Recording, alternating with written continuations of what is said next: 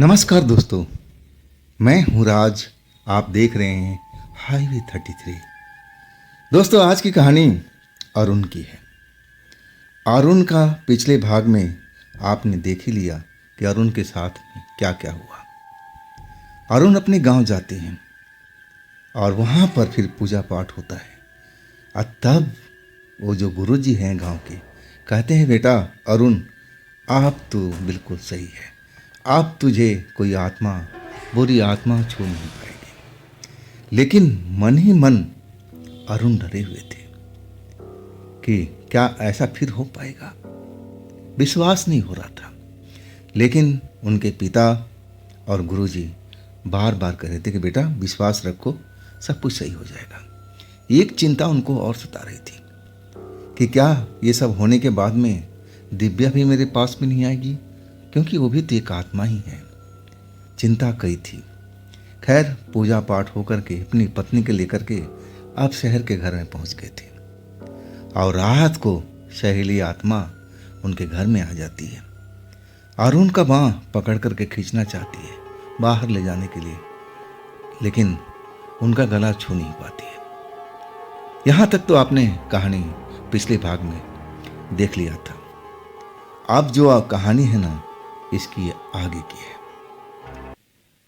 अरुण अब एक तरह से इस घटना के बाद थोड़ा संभल तो गए थे, लेकिन डर जो होता है ना, वो कम नहीं हो रहा था।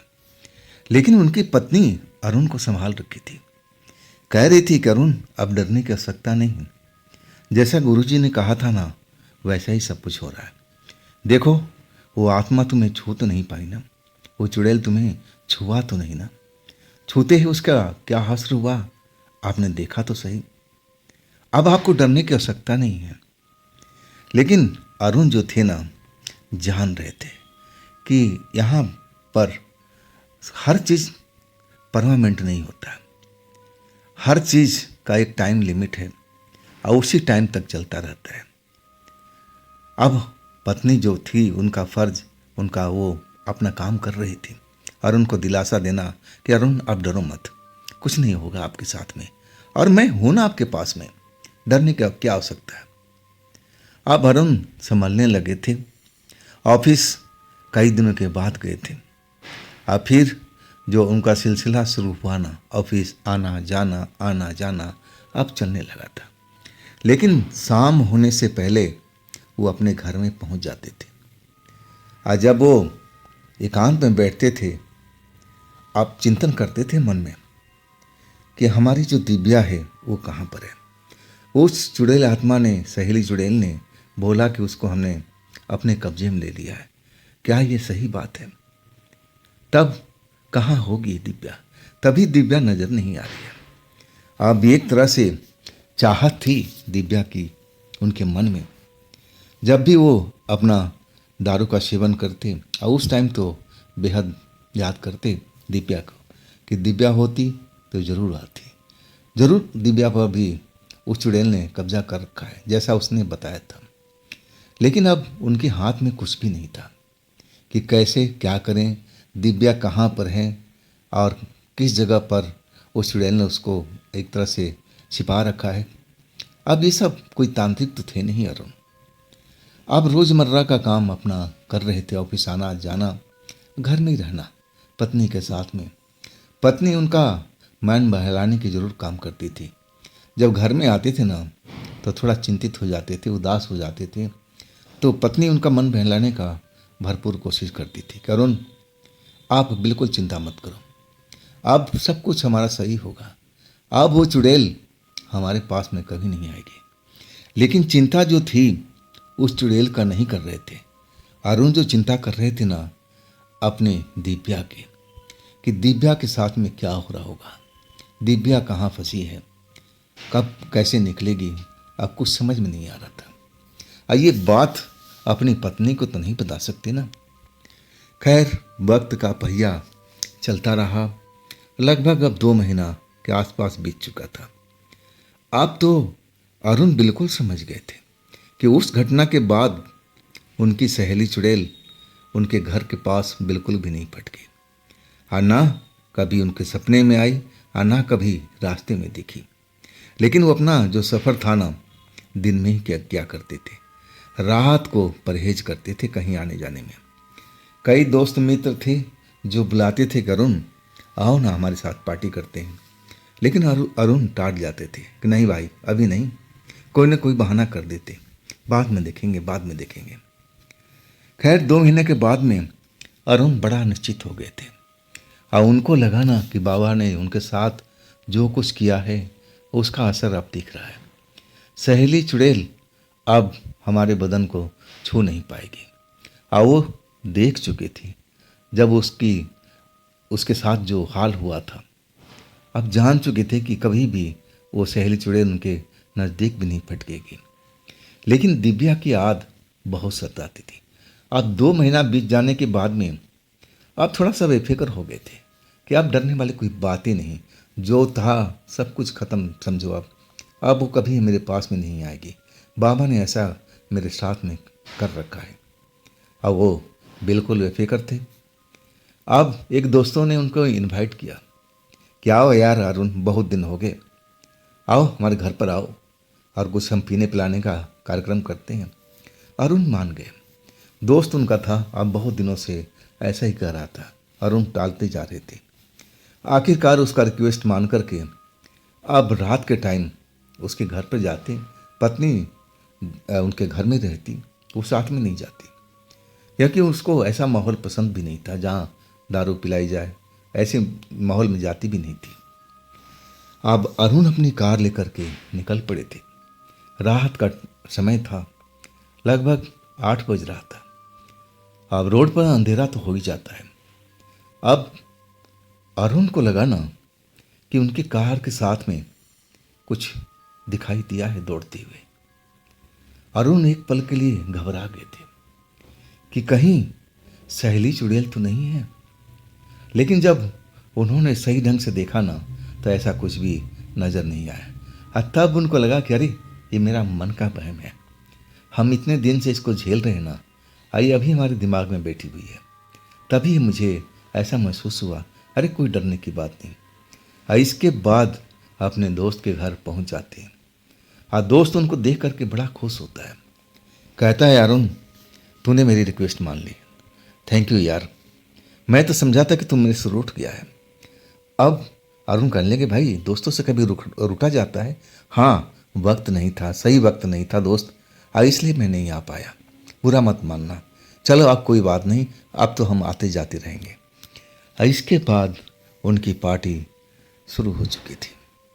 अब ऐसे ही करते करते अब रात का करीब 11 बज चुका था।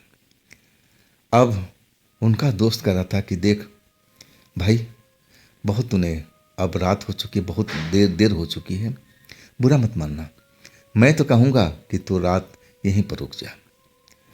तब अरुण कहने लगे अरे नहीं भाई, मैं ऐसा थोड़ी तेरे साथ में ऐसी कोई पेकड़ी थोड़ी किया हूँ, मैं बस नॉर्मल ही रहा हूँ, मुझे कोई ऐसा कुछ महसूस नहीं हो रहा, मैं तो जाऊँगा ही।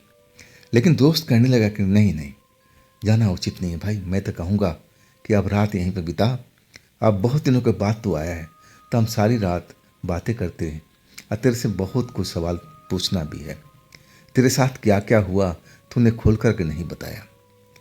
लेकिन अरुण जो थे ना, पत्नी घर पर और वो भी आधी रात का वक्त हो रहा है, वो कहने लगे कि नहीं दोस्त ऐसा कर, तो अगर तू मानता है ना तो मुझे मेरे घर पर छोड़ दे।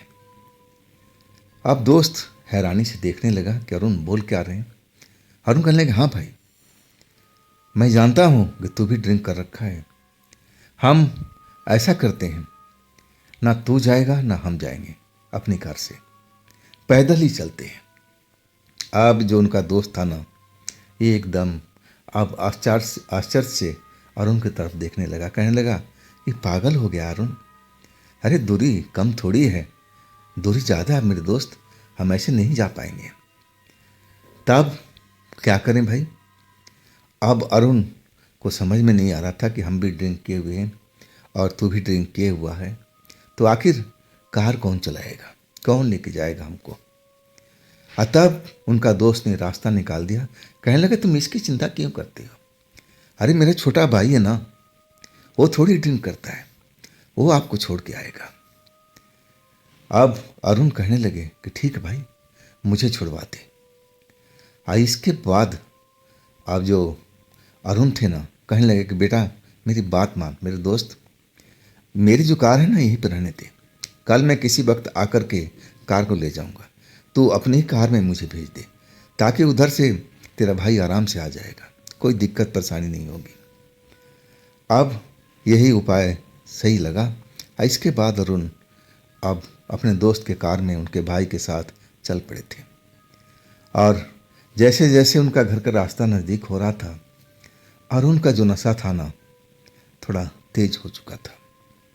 और एकाएक जब अपने घर के सामने आ गए, रोड पर, आप जहाँ से जंगल का शुरुआत होता था, वो जंगली एरिया था, थोड़ा सा पेड़ ऊंचे वहाँ पर दिखाई देते थे, जंगल झाड़ियाँ थी। तो उस जगह पर ऐसा लगा कि उनका दिव्या खड़ी है। इसके बाद जो अरुण थे तो नशे में, हाँ ज़्यादा नहीं पिए लेकिन नशा तो हुआ पड़ा था ना। उसको दिव्या समझ बैठे। कहने लगे कि भाई कार रोक जल्दी से। अब जो उनका दोस्त का भाई था ना, अब समझ नहीं पाया कि घर तो इनका थोड़ा सा दूरी पर और है। और उन कहने लगे भैया आपको घर तक हम छोड़ के आते हैं ना। तब अरुण कहने लगे नहीं भाई, तू मुझे यहीं पर उतार जाए, तू वापस चला जा, मैं सुबह किसी टाइम में आऊँगा, कार अपने ले जाऊँगा, चिंता मत करो, तुम निकल जाओ। अब दोस्त का भाई समझ गया कि अब तो घर का मामला है, बिल्कुल पास में घर है, अब किस बात का डर है, चले जाएंगे। इसके बाद दोस्त का भाई अपना कार मोड़ा, वापस चला गया। वो उस जगह पर अरुण बिल्कुल खड़े हो गए, जिधर अब ऐसे ही लड़की दिखाई पड़ी थी, छाया सी, जैसे दिव्या थी, लेकिन अब वो दिखाई नहीं दे रही थी। अब अरुण जो थे ना, उनके मन में अब अरुण दिव्या के प्रति प्यार उभर आया था। और दारू पीने के बाद में वो थोड़ा जोश में आ चुके थे। वो सोचने लगे कि बिल्कुल दिव्या ही होगी। वो मेरे शरीर में जो जादू मंत्र किया हुआ है ना, इसी वजह से मेरे पास फटक नहीं रही है, लेकिन आज मैं इसको ढूंढ कर रहूँगा। वो शैली चुड़ैल ने तो बोला था कि वो मेरे कब्जे में है, अगर कब्जे में होती तो इस जगह पर थोड़ी दिखाई देती, जरूर वो अपने अड्डे पे ही मिलेगी। फिर आओ न देखा ताओ। आज जिस जगह पर वो मिले थे दिव्या से, झाड़ियों के बीच में जाकर के उस जगह पहुंच गए, लेकिन वहां दिव्या थी ही नहीं। बहुत देर तक दिव्या को आवाज़ लगाते रहे रात के टाइम में, लेकिन दिव्या हो तब ना आए, दिव्या उनको नहीं दिखाई पड़ी। इसके बाद वो मायूस हो गए। अब वापसी के अलावा उनके पास में रास्ता नहीं था। अब चल पड़े, झाड़ियों से निकल कर के अब खुले स्थान में आ गए थे। और जहाँ पर पहली बार दिव्या से मिले थे, उस जगह पर जब दारू पी के बैठे हुए थे, और दिव्या एक छाया बन कर के खड़ी थी। उसी जगह पर ना जाने क्या उनका सूझा, वो आकर के बैठ गए। फिर दिव्या दिव्या चिल्लाने लगे, लेकिन दिव्या का कोई अता पता नहीं। दिव्या कहाँ है वो तो जानते भी नहीं थे, लेकिन उनका मन कह रहा था कि दिव्या जरूर आएगी, इस जगह पर जरूर आएगी। हम दिव्या से पहली बार इसी जगह पर मिले थे, और आज भी दिव्या मेरी बात मानेगी, आएगी जरूर। लेकिन काफ़ी देर बैठने के बाद भी दिव्या का अता पता नहीं था।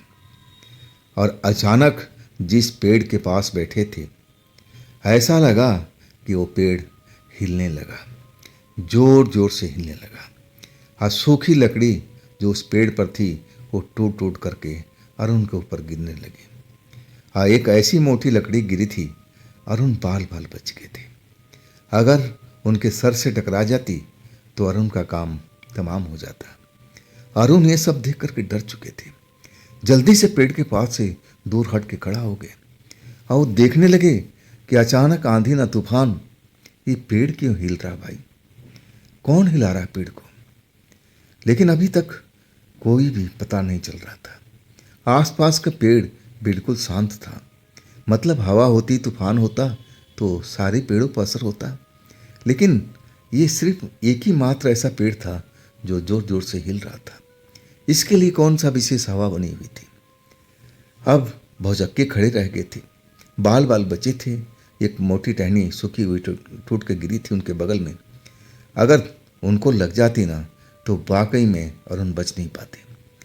एक तरह से डर चुके थे, लेकिन वो जानना चाहते थे आखिर ये कैसे हिल रहा भाई। तभी वो पेड़ शांत हो गया। फिर एक भयानक हंसी सुनाई पड़ी। वो आवाज जैसे ही उन्होंने सुना ना तो उनके बदन में एक सिहरन सी दौड़ गई थी। वो आवाज सहेली चुड़ैल की थी, बिल्कुल हूबहू। वो हंसती जा रही थी, लगातार हंसती जा रही थी। अरुण जो थे ना जैसे जड़ हो गए हों, जम चुके हों, जहाँ थे खड़े वहीं खड़े रह गए और उस हंसी को सुन रहे थे। और उन हंसी जो उनके दिमाग में बैठती जा रही थी, इतनी भयानक हंसी थी। आखिरकार वो हंसी थमी और तब सहेली चुड़ैल की आवाज़ सुनाई देने लगी। वो कह रही थी कि अरुण कब तक बचेगा, मैं भी तुम्हारे पीछे पड़ी हुई हूँ। कभी तो इस जादू का असर खत्म होगा। हर चीज़ का एक मियाद है और वो मियाद कब खत्म होगा मैं इंतज़ार कर रही हूँ। आज जिस दिन तुम्हारे शरीर से वो जादू टूटा, समझ लो तुम्हारा मैं अंत कर दूंगी। अभी जो जितना चाहे मौज करना है कर लो। अब मैं तुम्हें मिलूंगी कब? जब तुम्हारा शरीर पर वो जादू खत्म हो जाएगा और वो समझ लो तुम्हारा आखिरी रात होगा। तुम मेरे साथ में होगे, जिंदा नहीं आत्मा के रूप में। फिर जोरदार हंसी अब फिर से स्टार्ट कर दिया था। अरुण एकदम खड़े खड़े एकदम कांप रहे थे और लग रहा था कि ये जो सहेली बोल रही ना आत्मा चुड़ैल जरूर ऐसा करेगी। लेकिन ऐसा उनके साथ में हुआ पड़ा था ना कि शरीर जैसे काम ही नहीं कर रहा, डर के वजह से। अचानक एक हाथ अब थोड़ी दूरी पर एक आवाज़ सुनाई पड़ी। वो आवाज़ थी दिव्या की। दिव्या कहने लगी, अरुण तुम यहाँ क्या कर रहे हो, भागो यहाँ से।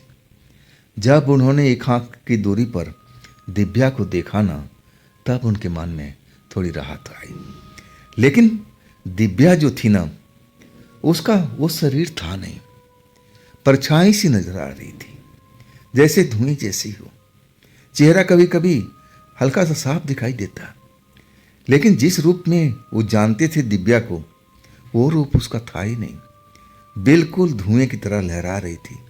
आवाज वही थी और वो अरुण को डांट रही थी, अरुण भागो यहाँ से, भागो यहाँ से, यहाँ पर तुम किस लिए आए हो।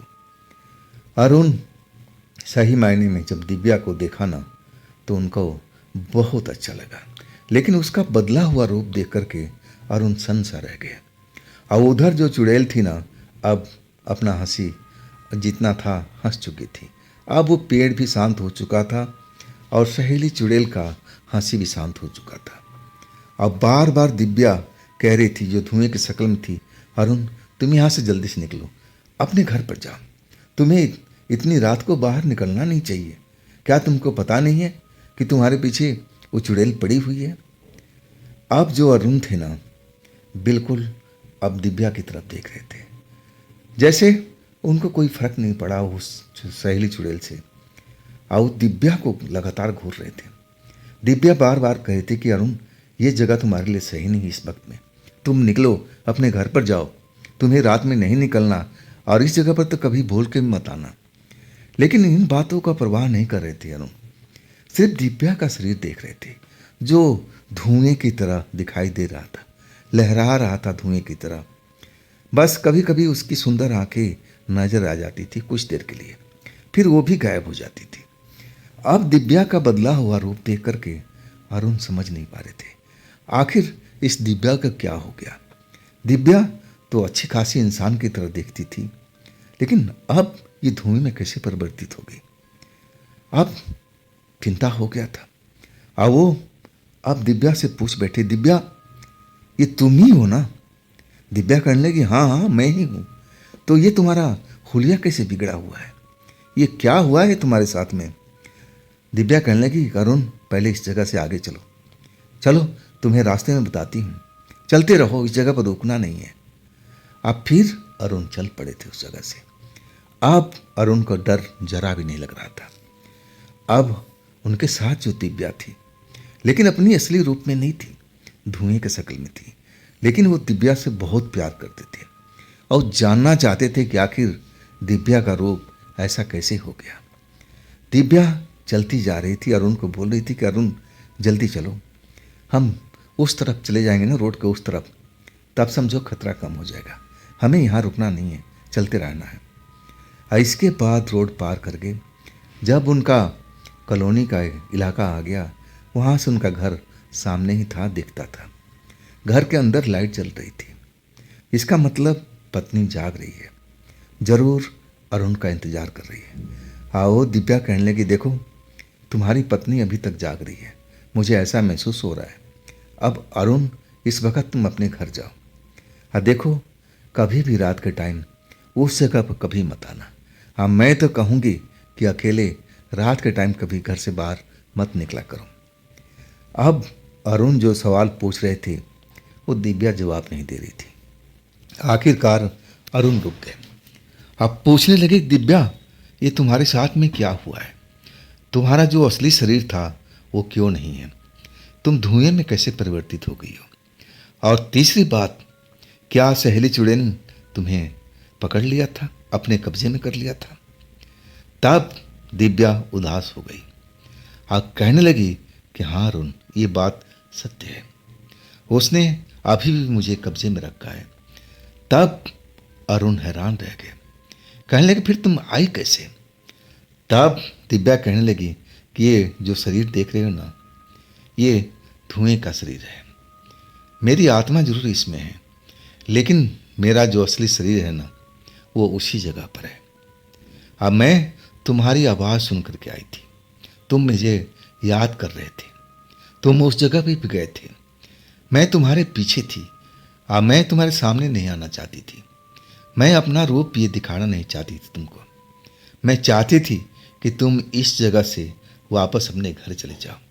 तुम उस पेड़ के पास पहुँचे ना, तब मुझे डर लगने लगा था कि कहीं तुम्हारे साथ कुछ अनहोनी ना हो जाए। मुझे इसकी बड़ी आशंका थी। आखिरकार वो अनहोनी हुई ना। वो पेड़ पर वो आत्मा बैठी थी, तुम्हारी सहेली चुड़ैल, और वो उसी पेड़ को हिला रही थी। वो तुम्हें छू नहीं सकती थी, लेकिन वो दूर से तो वार कर सकती है ना। देखा, उसने उस पेड़ को इतना जबरदस्ती हिलाया कि वो सूखी टहनी तुम्हारे सर पे ऊपर गिरती। अगर तुम सतर्क नहीं होते तो तुम्हारी खोपड़ी खुल जाती। तो देख तो लिए तुम कि तुम्हारे साथ क्या चल रहा है। अरुण, तुम्हें घर से निकलना नहीं चाहिए, और रात के टाइम में तो बिल्कुल नहीं। अगर निकलो भी तो अकेले नहीं।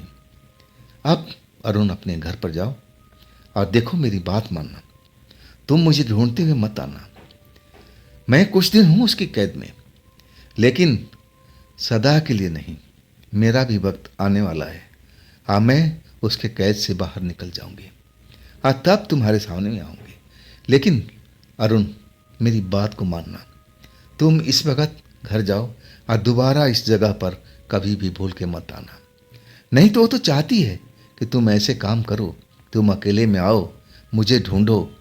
वो इसीलिए तो मुझे अपने जाल में फंसा के रखा है, ताकि तुम पागल हो जाओ, जंगल में ढूंढते रहो, और वो अपना काम आराम से कर ले।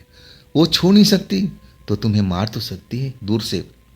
अब कोई बड़ा सा पत्थर तुम्हारे ऊपर गिरा दे, कोई पेड़ का अब तना तोड़ के गिरा दे, तब भी तो तुम्हारे ऊपर खतरा हो सकता है ना। तो अरुण, प्लीज सीरियस हो जाओ, ये मत भूलो, वो आत्मा है, ये खूंखार आत्मा, वो बहुत कुछ कर सकती है।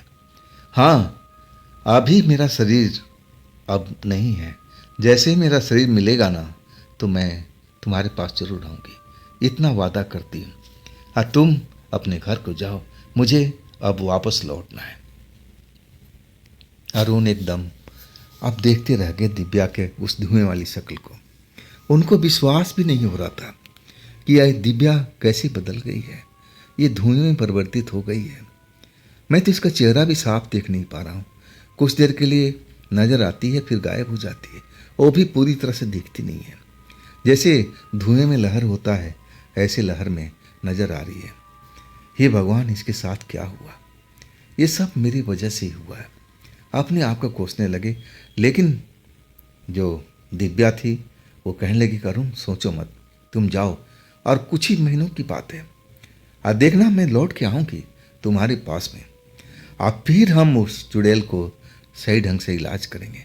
जिस लायक है उस लायक को हम उसको सही जगह पहुंचाएंगे, और उसके बाद वो तुम्हें कभी नुकसान नहीं पहुंचा पाएगी। तुम इस मौके का इंतज़ार करो जब मैं उसके चंगुल से पूरी तरह से छूट जाऊंगी, और जब मैं तुम्हारे पास आऊंगी ना, तो हम एक ऐसा जाल बुनेंगे कि उस जाल में सदा के लिए फंस जाएगी, और उस जाल से कभी वो बाहर नहीं निकल पाएगी। अरुण, मेरी बात मानो और तुम जाओ घर। अरुण जानना नहीं चाहते थे, उस जगह से हिलना नहीं चाहते थे। वो दिव्या से जी भर के बात करना चाहते थे। माना कि शरीर नहीं है, लेकिन आवाज़ तो वही था ना। जितना वो शरीर से प्यार नहीं करते थे उसकी आवाज़ से करते थे।